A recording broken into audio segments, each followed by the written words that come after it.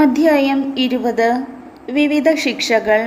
കർത്താവ് മോശെയോട് അരുളിച്ചെയ്തു, ഇസ്രായേൽ ജനത്തോട് പറയുക, ഇസ്രായേൽ ജനത്തിലോ ഇസ്രായേലിൽ വന്നു വസിക്കുന്ന വിദേശികളിലോ നിന്ന് ആരെങ്കിലും തങ്ങളുടെ മക്കളിൽ ആരെയെങ്കിലും മോളക്കിന് ബലിയർപ്പിക്കുന്നെങ്കിൽ അവനെ കൊല്ലണം. ദേശത്തിലെ ജനങ്ങൾ അവനെ കല്ലെറിയണം. അവനെതിരെ ഞാൻ എൻ്റെ മുഖം തിരിക്കുകയും ജനത്തിൽ നിന്ന് അവനെ വിച്ഛേദിച്ച് കളയുകയും ചെയ്യും. എന്തെന്നാൽ അവൻ തൻ്റെ മക്കളിൽ ഒരാളെ മോളക്കിന് ബലിയർപ്പിച്ചു. അങ്ങനെ എൻ്റെ വിശുദ്ധ സ്ഥലം മലിനമാക്കുകയും എൻ്റെ പരിശുദ്ധ നാമം അശുദ്ധമാക്കുകയും ചെയ്തിരിക്കുന്നു.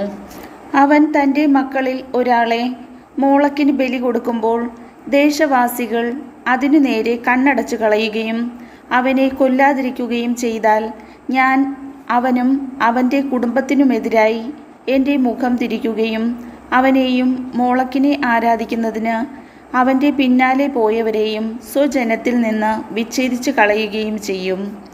ആരെങ്കിലും മന്ത്രവാദികളുടെയും കൂടോത്രക്കാരുടെയും പുറകെ പോയി അന്യദേവന്മാരെ ആരാധിച്ചാൽ അവനെതിരെ ഞാൻ മുഖം തിരിക്കുകയും അവനെ സ്വജനത്തിൽ നിന്ന് വിച്ഛേദിച്ച് കളയുകയും ചെയ്യും. അതിനാൽ നിങ്ങളെ തന്നെ ശുദ്ധീകരിച്ച് വിശുദ്ധരാകുവിൻ. എന്തെന്നാൽ ഞാനാണ് നിങ്ങളുടെ ദൈവമായ കർത്താവ്. എൻ്റെ പ്രമാണങ്ങൾ പാലിക്കുകയും അവയനുസരിച്ച് പ്രവർത്തിക്കുകയും ചെയ്യുവിൻ. എന്തെന്നാൽ ഞാനാണ് നിങ്ങളെ വിശുദ്ധീകരിക്കുന്ന കർത്താവ്.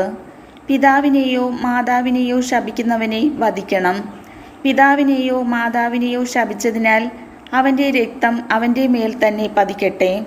ഒരുവൻ അയൽക്കാരൻ്റെ ഭാര്യയുമായി വ്യഭിചാരം ചെയ്താൽ അവനും അവളും മരണശിക്ഷ അനുഭവിക്കണം.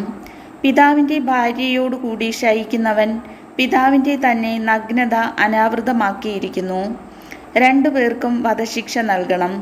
അവരുടെ രക്തം അവരുടെ മേലായിരിക്കട്ടെ.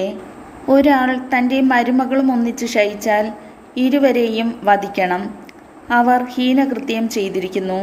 അവരുടെ രക്തം അവരുടെ മേലായിരിക്കട്ടെ.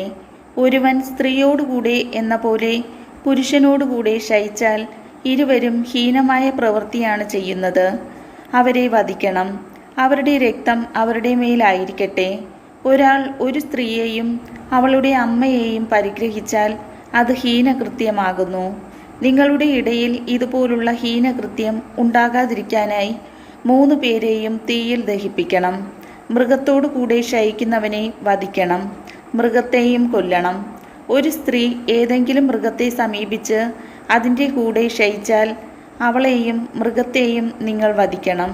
അവർ മരണശിക്ഷ അനുഭവിക്കണം. അവരുടെ രക്തം അവരുടെ മേലായിരിക്കട്ടെ. തൻ്റെ പിതാവിൽ നിന്നോ മാതാവിൽ നിന്നോ ജനിച്ച സഹോദരിയെ ഒരുവൻ പരിഗ്രഹിക്കുകയും അവർ പരസ്പരം തങ്ങളുടെ നഗ്നത കാണിക്കുകയും ചെയ്യുന്നത് നികൃഷ്ടമാണ്. സ്വജനത്തിൻ്റെ മുൻപിൽ വെച്ച് അവരെ വധിക്കണം. അവൻ തൻ്റെ സഹോദരിയുടെ നഗ്നത അനാവൃതമാക്കിയിരിക്കുന്നു.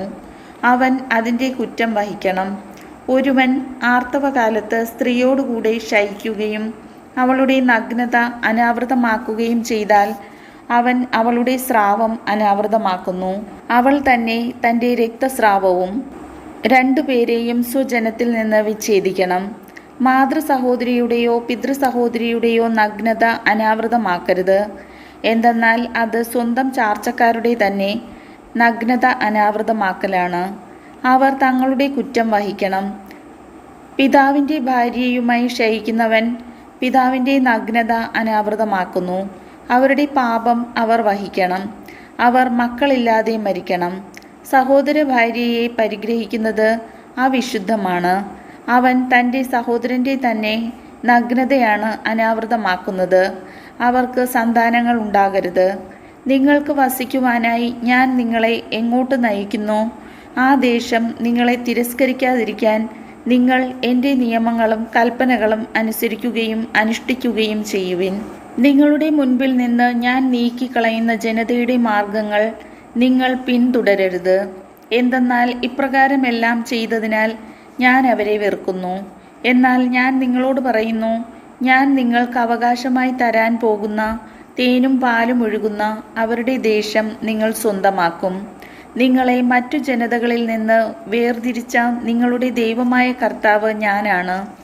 അതുകൊണ്ട് നിങ്ങൾ ശുദ്ധവും അശുദ്ധവുമായ മൃഗങ്ങളെയും ശുദ്ധവും അശുദ്ധവുമായ പക്ഷികളെയും വേർതിരിക്കണം.